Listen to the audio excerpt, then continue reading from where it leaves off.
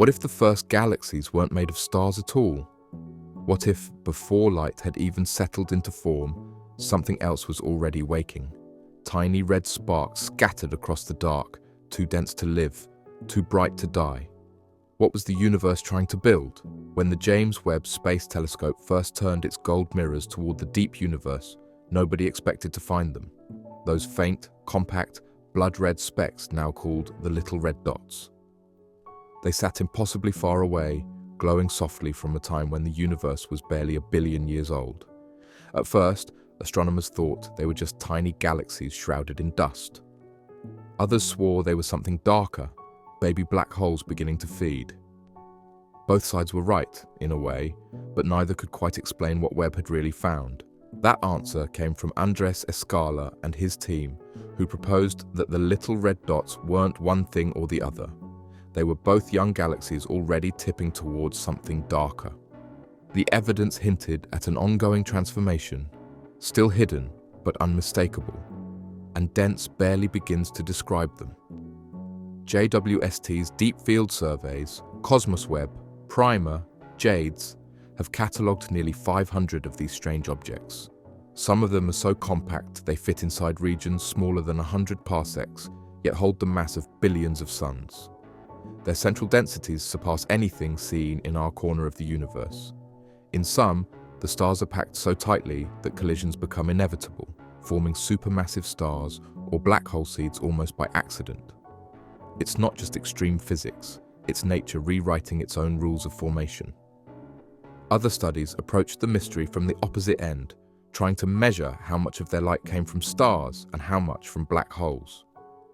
Using Webb's mid-infrared vision, astronomers found that most little red dots carried a hidden AGN signature, a faint warm glow from dust heated by an invisible engine at their core. In many of them, this hidden power source accounted for up to 70% of the total light. If true, the implied black hole masses are enormous, thousands of times heavier relative to their galaxies than any modern equivalent. These aren't scaled-down quasars, they're overachievers born in the dawn. Everything points to the same conclusion. The little red dots are not cosmic curiosities, they're transitions. They mark the moment when galaxies learned how to make black holes. They're bridges between starbursts and quasars, between creation and consumption. Their redness isn't just a color, it's a warning light, a flare from a universe still learning to balance gravity and light. And in that glow lies the origin story of everything massive and luminous that followed. As Escala put it, these are the most favorable places for massive black hole formation. The details may still be debated, but the message is clear.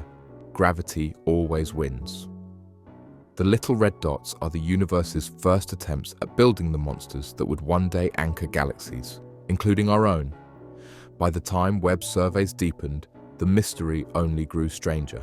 Red dots, though the name sounded simple, nothing about them was. Dale Krzyzewski and his team at the Cosmic Evolution Early Release Science Survey were among the first to realize something extraordinary.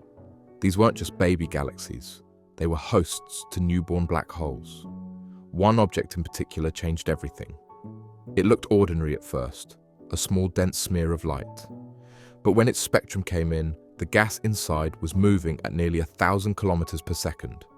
That kind of speed could only mean one thing: a gravitational engine spinning at the center, pulling matter into an invisible abyss.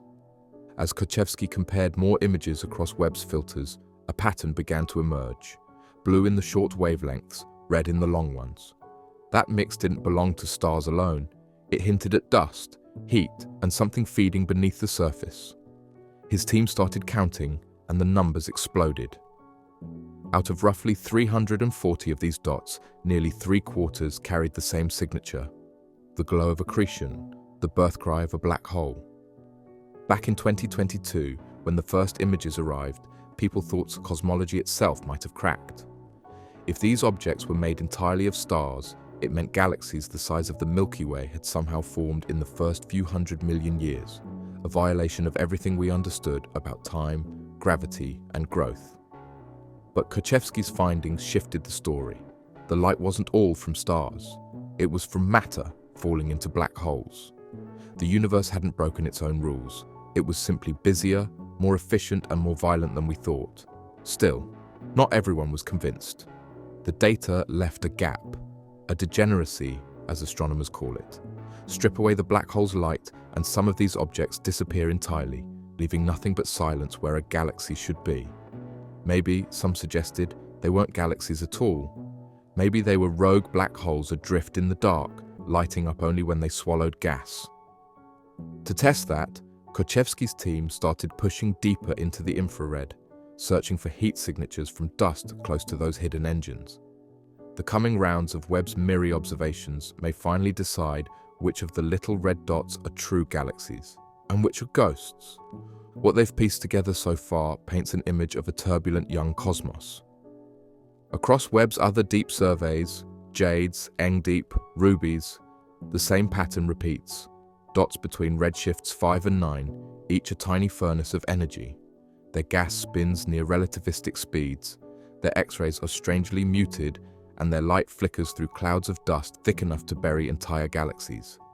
They flicker at the threshold of change, hinting at what comes next.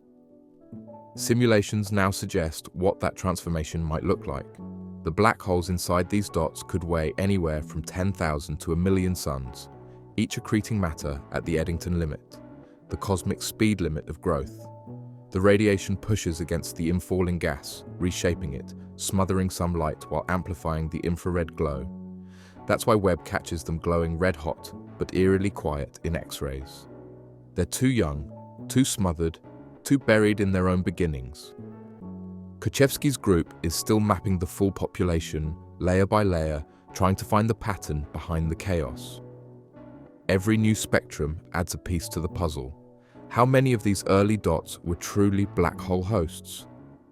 How many survived long enough to seed the galaxies we see today? The answers could rewrite the timeline of creation. For now, each of those crimson points feels like a heartbeat frozen in light, evidence of the first great struggle between gravity and radiation. The dots are teaching us that the early universe wasn't quiet or slow, it was wild, crowded, and burning with hunger. Somewhere inside those distant rubies lies the story of how galaxies learned to breathe and how black holes became their hearts. As Webb kept staring deeper into the dark, another truth began to take shape, one that felt almost inevitable.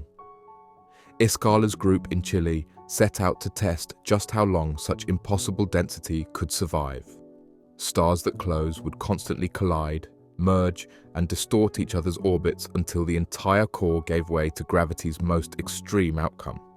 That was the question Andres Iskala's group in Chile decided to chase. Could these red dots actually survive as ordinary galaxies, or were they doomed to collapse? They ran the numbers, mass, size, density, and the ticking clock of cosmic time, and the math pointed in one direction. In a universe barely 1 billion years old, some of these objects were living on borrowed time.